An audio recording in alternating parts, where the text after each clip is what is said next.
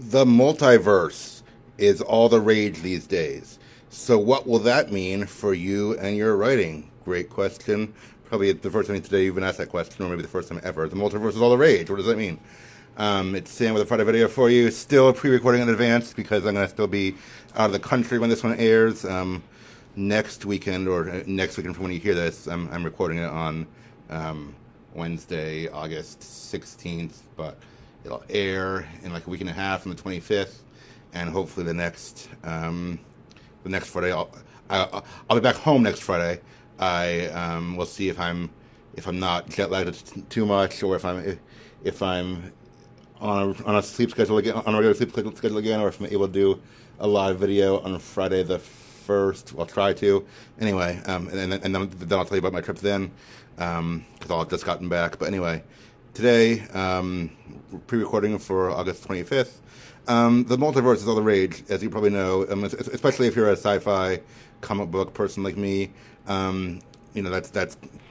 I mean, the multiverse has been a thing in comics forever and in other media, but it feels like the movies and shows are really picking up on it now. I mean, Marvel has done. Let's see, they did. Loki was a multiverse show. What If was a multiverse show. The last live action Spider-Man movie included the multiverse, the different versions of Spider-Man coming back in. They did Doctor Strange in the Multiverse of Madness. Of course, the Across the Spider-Verse movies. It's become the big thing. Even DC is doing it too. They had the Crisis on Infinite Earths on TV a few years ago. The Flash movie brought in Michael Keaton's Batman, so they're using the multiverse to, I mean, not just DC, but both Marvel and DC. They're using them as a way to basically bring in other versions of characters who have come before, and getting them to return, which is I think is great and fun. I mean, I love all those things, and I'll keep watching them. But especially if they bring back some of my favorites from the olden days, I'm like, hey, this is a great thing. And I don't think it's going away anytime soon, because Marvel's working up to Secret Wars, and rumors are there's going to be more multiverse characters in that one and stuff. The X-Men universe is coming in and all that stuff. So fun time to be a nerd. Fun time to watch all that stuff. Even if you don't like superheroes and you're like, and you're like, that stuff isn't for me. The Oscar winner last year was a multiverse movie, Everything Everywhere All at Once. It was a drama. It was, it was definitely different from the other, from like a comic book movie.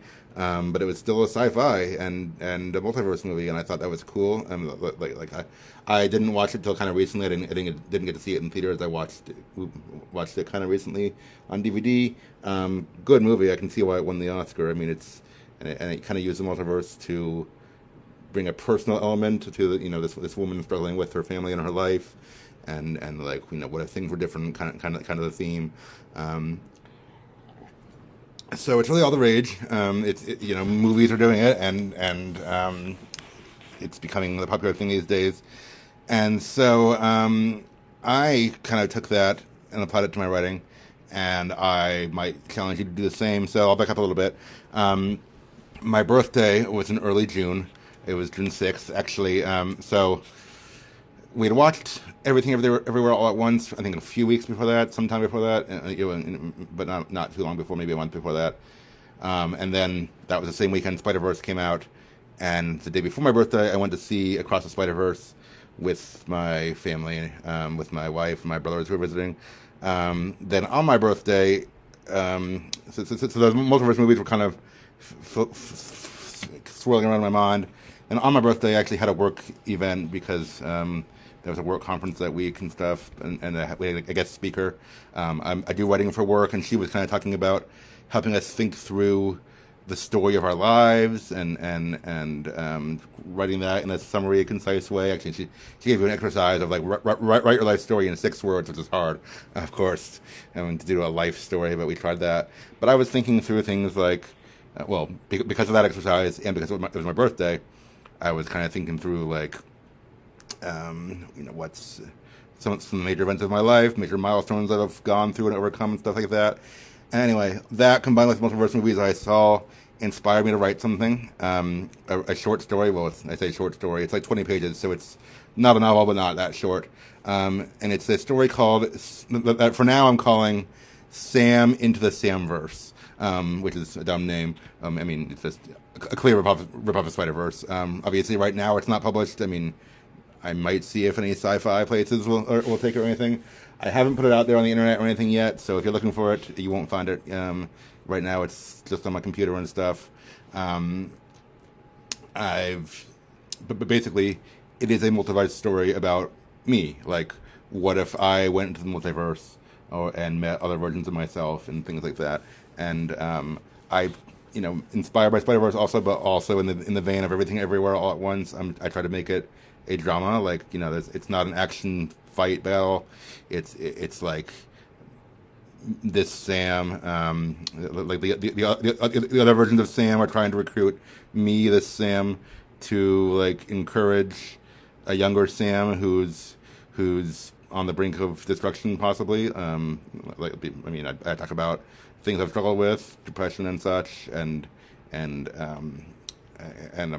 try to be honest about those things because it's a personal work to me. And so I wrote it out. I wrote the story of how that would look and how that would happen. And yeah, there's funny parts. There's in jokes and jokes that make sense to me and my family. But there's also deep, serious kind of personal dilemmas and personal struggles in there, all framed around the issue of what if there was multiverse, and what if other versions of Sam Harris came out of the multiverse to come help me out or recruit me for their cause or whatever. So I wrote that, and it was a fun exercise to write. I mean, fun and also very personal, like I said. But I mean, it's. I'm very proud of it. I think it's a rewarding work. Will it ever be published? I don't know. I'm trying to think if I can if there are even places that would take a sci-fi short story that long. But I feel like it's kind of niche because it's again a sci-fi drama in short story form, and it's personal. It's from my perspective, so I'm open about my faith and stuff, which is not everyone's cup of tea. So I don't know if there's a niche publisher out there. Maybe once they get big with my novels, I can publish this short story too. I don't know. But anyway, I published a short story. I've been sharing it at my writers group. It's long, so I've only read like the first half or a little less than half. I want to get feedback on it before I publish it in any form, even if that's just putting it online for other people to read. So that's why it's not out there yet. I want to have my writers group, which includes my wife. I want them to see it before I show it to anyone else. But yeah, cool exercise to write a little multiverse story of yourself. So ask yourself things like that. Ask yourself things like, if there were a multiverse and if there were other versions of you, what would they be doing? I mean, in mine, there's different career paths. This is going to be a long story, so I'll try to condense it. But some years ago, I was a teacher, and I had a choice between two different jobs in two different places, and I wasn't sure which one to take. I took the one that was close to home because my girlfriend, now wife, was there, even though the job itself was less desirable. I chose the more desirable location, and that was not a good fit for me. And I did not do well at that teaching job, and I got burned out. So I've joked like, you probably opened a portal to the multiverse then, created two separate timelines. Like, what if I had chosen their job? Where would we be today? And I have that version of myself in this story, the version who chose their job and is still a teacher today. Stuff like that. So, I mean, it can be a fun way. It's a fun writing exercise. It can be a fun way to reflect on your life or to ask yourself these cathartic questions or anything. So that's my challenge to you this week. It's nothing special, and if you don't want to do it, don't do it. But if you're in the mood for an interesting brainstorming exercise and some self-reflection, write a multiverse story about yourself. I mean, you can also write one about the characters in your book, like what if there was another version of them.